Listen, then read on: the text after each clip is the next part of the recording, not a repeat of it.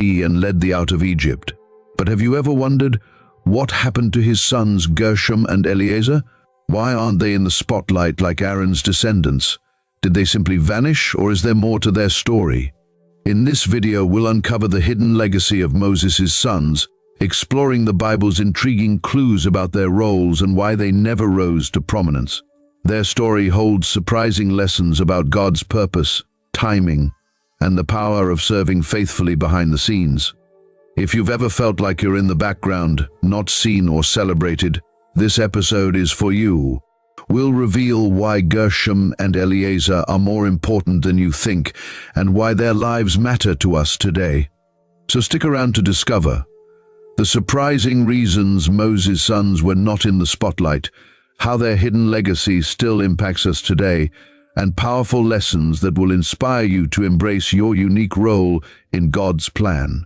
Don't miss this eye-opening journey into a rarely told story from the Bible. If you enjoy uncovering hidden truths and deepening your understanding of God's Word, make sure to like this video, subscribe to our channel, and share this with others who love exploring the Bible's secrets. We'd love to hear your thoughts, so drop a comment below and let's grow together in wisdom. Let's dive in. The story of Moses' sons, Gershom and Eleazar, begins during Moses' time in Midian, a crucial period in Moses' life when he was in exile from Egypt. After fleeing Egypt for killing an Egyptian taskmaster, Moses found refuge in Midian, where he met and married Zipporah, the daughter of Jethro, a priest of Midian. Exodus chapter 2 verses 15 to 22. It was during this time that Moses and Zipporah had their two sons, Gershom and Eleazar. The Bible first introduces us to Gershom in Exodus chapter 2 verse 22. Zipporah gave birth to a son, and Moses named him Gershom, saying, "I have become a foreigner in a foreign land." The name Gershom comes from the Hebrew root word ger, meaning sojourner or foreigner. This name reflects Moses' deep sense of displacement and alienation during his time in Midian. For Moses, who had grown up in the Egyptian palace as the adopted son of Pharaoh's daughter, this was a stark contrast. He went from royalty to being a fugitive in a foreign land, shepherding sheep far from the life he once knew. Gershom's name captures this feeling of being an outsider, reminding us of the emotional and spiritual journey Moses was undergoing at the time. The birth of Moses' second son, Eleazar, is mentioned later in Exodus chapter 18 verses 3 to 4. One son was named Gershom, for Moses said, "I have become a foreigner in a foreign land." And the other was named Eleazar, for he said, "My father's God was my helper. He saved me from the sword of Pharaoh." Eleazar's name means "God is my help," which memorializes God's protection over Moses when he fled Egypt. This name serves as a testimony to God's deliverance, reinforcing the idea that, despite the challenges Moses faced, God's hand was with him, guiding and protecting him through his journey. The emphasis on God's deliverance is not just a personal reflection of Moses' gratitude, but also a powerful reminder of God's faithfulness to his people. Gershom and Eleazar's roles in Moses' journey were unlike those of other prominent biblical families, such as the sons of Aaron. The sons of Moses did not inherit leadership roles or play significant parts in the events of the Exodus and beyond. When God called Moses from the burning bush in Exodus 3, Gershom and Eleazar were still young.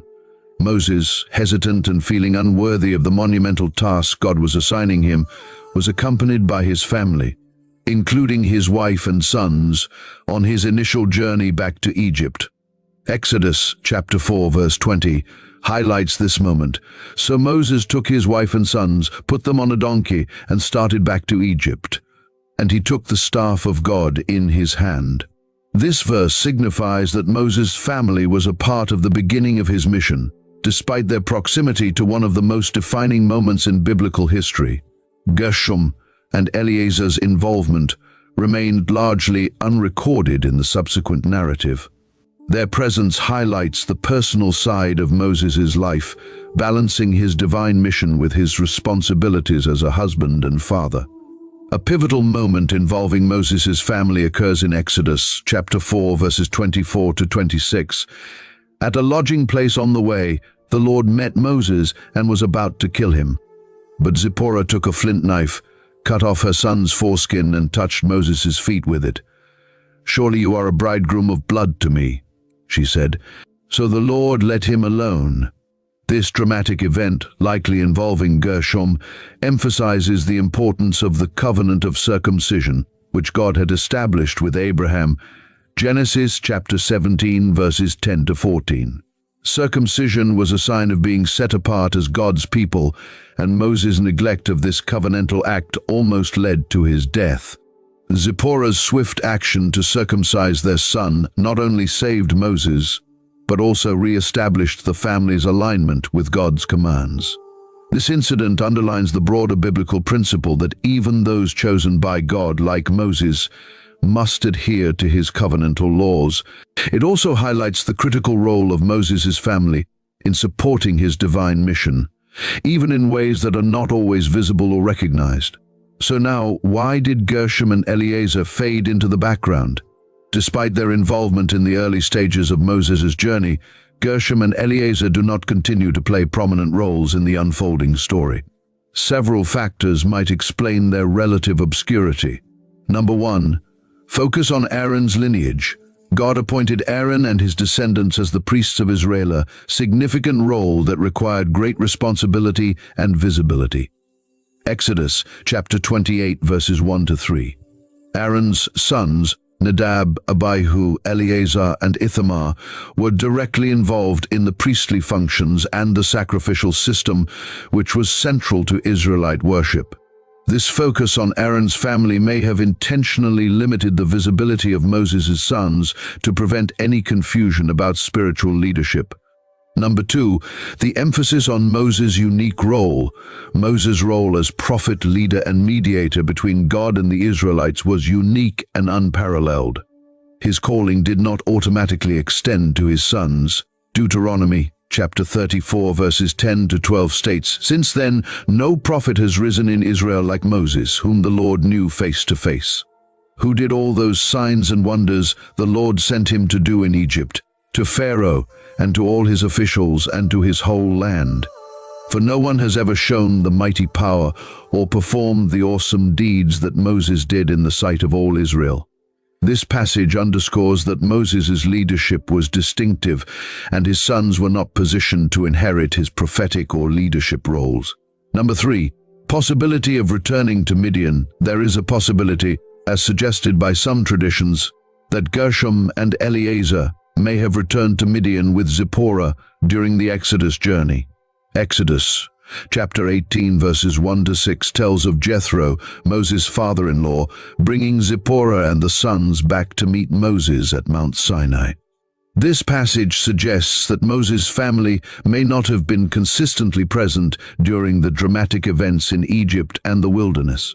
This reunion indicates a possible separation, which may explain their limited presence during significant moments of Israel's journey. Although Gershom and Eleazar's roles are not prominently featured in the Exodus story, 1 Chronicles chapter 23, verses 14 to 17 provides a brief genealogy that shows their descendants continued to serve in Israel. The sons of Moses, the man of God, were counted as part of the tribe of Levi. The sons of Moses, Gershom and Eleazar.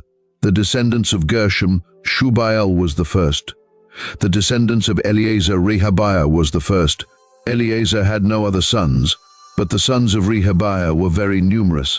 The descendants of Gershom and Eleazar were counted among the Levites, the tribe chosen by God to assist in the care and service of the tabernacle and later the temple. While Aaron's descendants were designated as priests, the broader Levitical line was tasked with various supportive roles, including the maintenance of the sanctuary, guarding the temple, and assisting the priests. This distinction is outlined in Numbers, chapter 3, verses 5 to 9. The Lord said to Moses, "Bring the tribe of Levi and present them to Aaron the priest to assist him. They are to perform duties for him and for the whole community at the tent of meeting by doing the work of the tabernacle. They are to take care of all the furnishings of the tent of meeting, fulfilling the obligations of the Israelites by doing the work of the tabernacle. Although Gershom and Eleazar's descendants were part of this broader Levitical service, the specific details of their roles are not elaborated upon, indicating their functions were not as celebrated or high-profile as the priestly duties. The line of Gershom, Shubael's role. Gershom's lineage is specifically mentioned in 1 Chronicles, chapter 23, verse 16, where Shubael, sometimes spelled Shebuel, is named as the first of Gershom's descendants. Shubael later appears in 1 Chronicles, chapter 24, verse 20, where he is noted among the leaders of the Levites. As for the rest of the descendants of Levi, from the sons of Amram, Shubael; from the sons of Shubael, Jehdeiah. Shubael's presence among the Levites indicates that he had a leadership role, though it was not equivalent to the priesthood of Aaron's descendants. This subtle yet significant acknowledgement reflects that Gershom's line continued to serve faithfully within the Levitical structure, contributing to the worship and organization of Israel. The line of Eleazar, Rehabiah's numerous descendants. Eleazar's line is noted as having many descendants, particularly through Rehabiah, as highlighted in 1 Chronicles, chapter 23, verse 17. The specific mention that the sons of Rehabiah were very numerous indicates that Eleazar's lineage grew substantially and had a notable presence among the Levites. The emphasis on their numbers suggests that they were a flourishing family within the tribe, even if they did not hold prominent titles. The importance of Rehabiah's descendants can also be seen in the way Chronicles emphasizes their proliferation. This contrasts with many other lines that diminished over time, reflecting a blessing of fruitfulness upon Eleazar's family, reminiscent of God's promise to increase and bless his people. Genesis chapter 22, verse 17. I will surely bless you and make your descendants as numerous as the stars in the sky and as the sand on the seashore.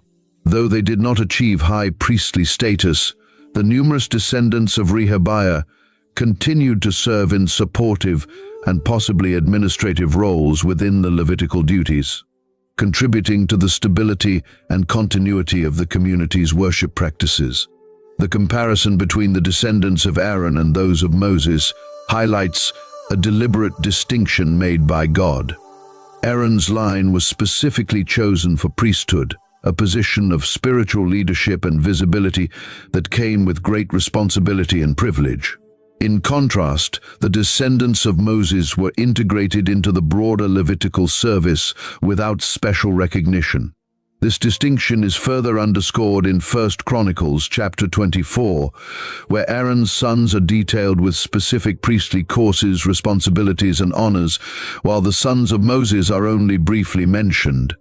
1 Chronicles chapter 24 verses 1 to 2 states, These were the divisions of the descendants of Aaron. The sons of Aaron were Nadab, Abihu, Eleazar, and Ithamar.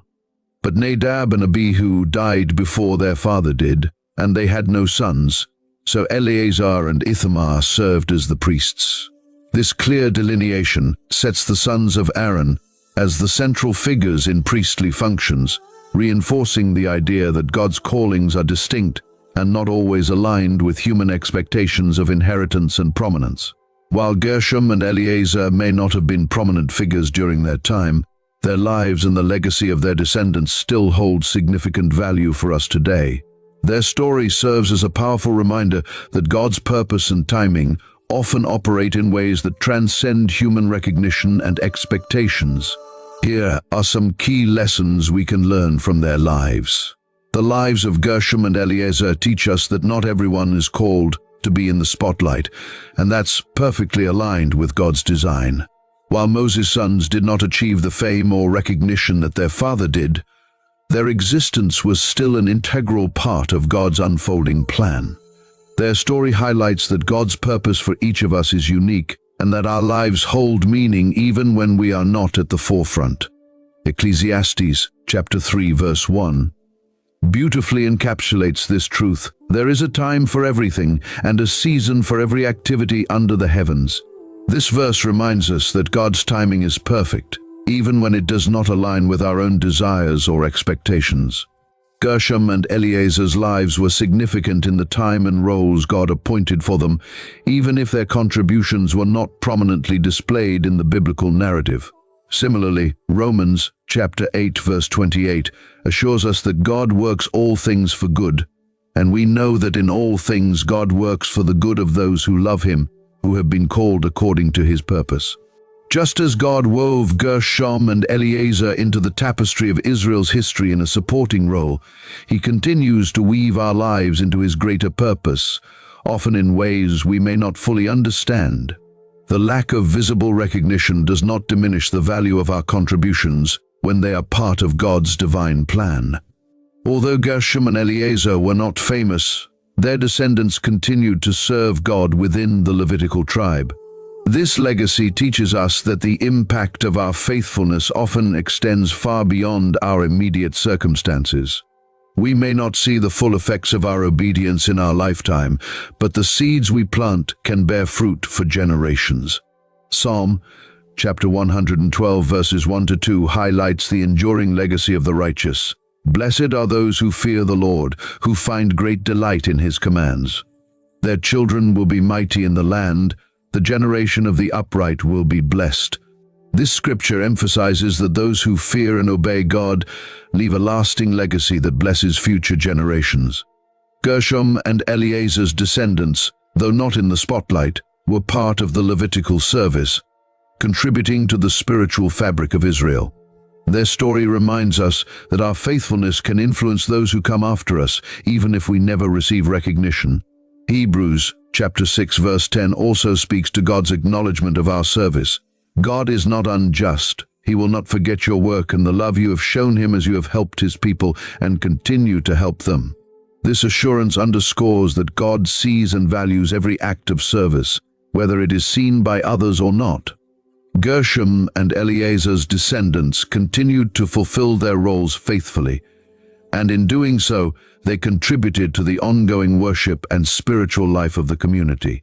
Moses' life exemplifies that God's calling matters more than human recognition. Despite his great achievements, Moses faced immense challenges, doubts, and moments of obscurity. Similarly, his sons did not rise to fame, but their lives remind us that true importance lies not in status, but in our obedience to God. Philippians chapter 2 verses 3-4 provides a powerful reminder about the value of humility and service. Do nothing out of selfish ambition or vain conceit.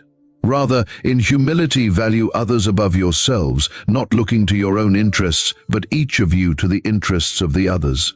Gershom and Eleazar's story is a testament to this principle.